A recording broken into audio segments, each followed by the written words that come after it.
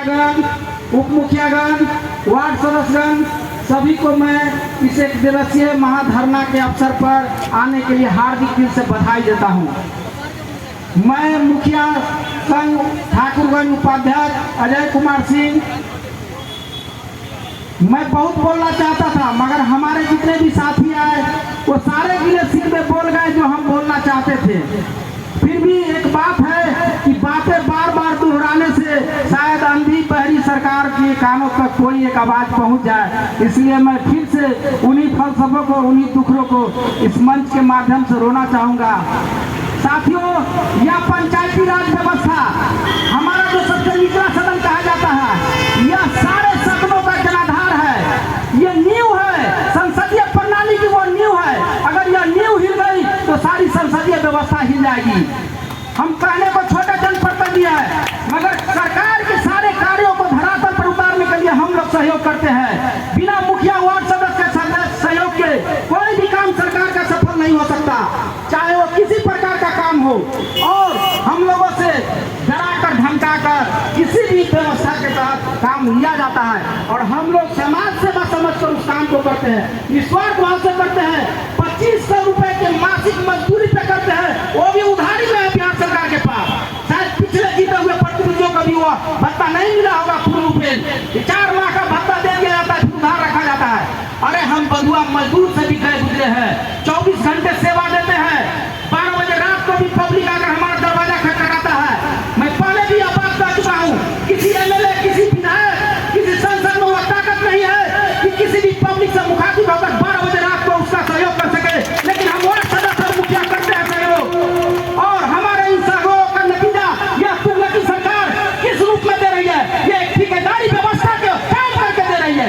सारे योजनाओं को ठेकेदारी व्यवस्था के तहत चलाया जा रहा है। सारे योजनाओं का जो घोल मेल पटना के सचिवालय में होता है, वहाँ पे दलाली चालू है और हम लोग का हकमारी किया जा रहा है। अरे महात्मा गांधी के नाम पर जो आप लोग इतने बड़े बड़े बातें करते हैं, उनके सपने को साकार करने के लिए तो कम से कम हम लोग का लिहाज किए होते, महात्मा गांधी का तो लिहाज किए होते, पंचायती राज का लिहाज करके उनके कानूनों में जो प्रावधान है, संविधान में जो अधिकार दिया गया जनप्रतिनिधियों को, उसके साथ छेड़छाड़ नहीं करके आप कम से कम एक बार सरकार न्याय का काम तो करते, लेकिन संविधान के साथ छेड़छाड़ कर हम जनप्रतिनिधियों के हकमारी किया जा रहा है। मैं शायराना अंदाज में एक बात कहना चाहूंगा कि गुनाहगारों की कदर करती है दुनिया, मेहरबानों पे झपट पड़ती है दुनिया। फूल उड़ाते हैं तूफा मगर भोरों पे कोरे बरस पड़ती है।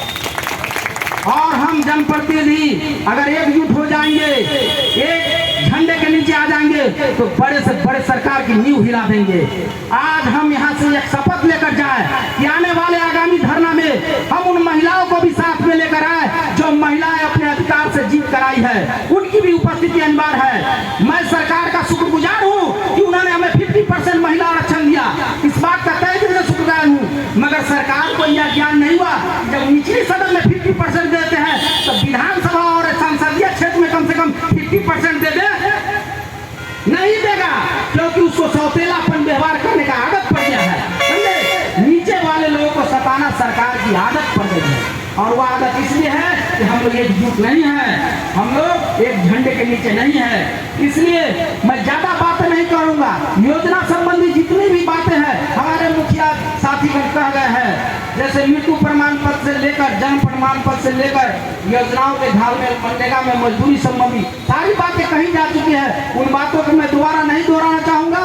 एक बार मैं इस मंच के माध्यम से पंचायती राज जिंदाबाद, मुखिया संघ जिंदाबाद, इंकलाब जिंदाबाद और एक शायर और कहते जाऊंगा, खुदी को कर बुलंद इतना कि हर तकदीर से पहले खुदा खुद बंदे से पूछे बता तेरी रजा क्या है, रजा क्या है। धन्यवाद।